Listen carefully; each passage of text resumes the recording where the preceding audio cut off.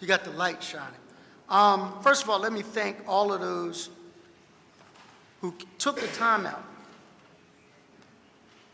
to testify about this bill and this resolution.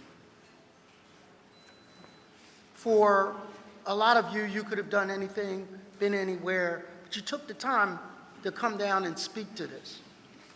And I want to thank also Ms. Dunn and Ms. Jetty Newkirk, who are our seniors who took the time to come down here. I want to recognize all those in the voting block who, and sometimes we sit in these chairs and we have good intentions, but often we don't have good information. We lose touch with what is going on out there. And I want to say that we were on the 1500 block of Allison Street. We're doing a neighborhood tour, and we were looking at different aspects of the community and dealing with gentrification, dealing with relocation of seniors, people who retire into poverty, people who divorce into poverty, people who are struggling check to make ends meet. And we noticed that there was indentations in the street, and that those indentations were because the laterals were collapsing.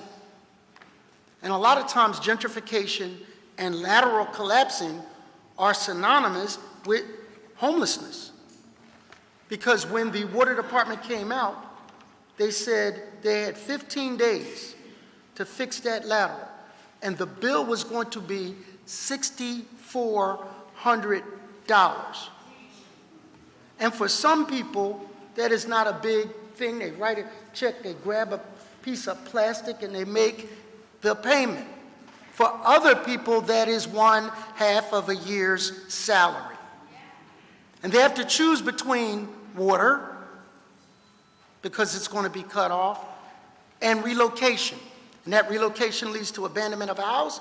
That abandonment of a house usually leads to tax delinquency, which leads to someone at a sheriff sale taking advantage of the poverty within our community. So these things are linked together.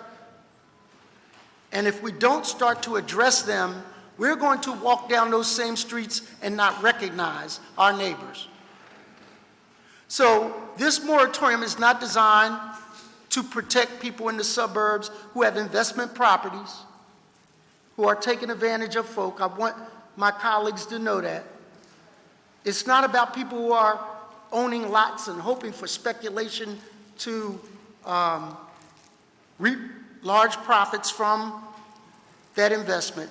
It is for home-occupied individuals not to become homeless. Now, I always tell my community, there are two types of people, often. There are those people, like some of my colleagues on my opponent, that want to save every soul. And I love them. And then there's some of my colleagues that just want to save the taxpayers money. And I love them too. But on these kinds of compromises, both people and both sides can win. Because when you make somebody homeless for $6,400, you wind up spending $200 a day in a homeless shelter. When you do the math, it's cheaper to keep her in that house. So we want to use our common sense to push the pause button, as Councilwoman Blondo Reynolds always talks about, and bring the stakeholders, banking, the revenue department, the community, in a room and work this thing out. We're not talking about forever. We are talking about pushing the pause button.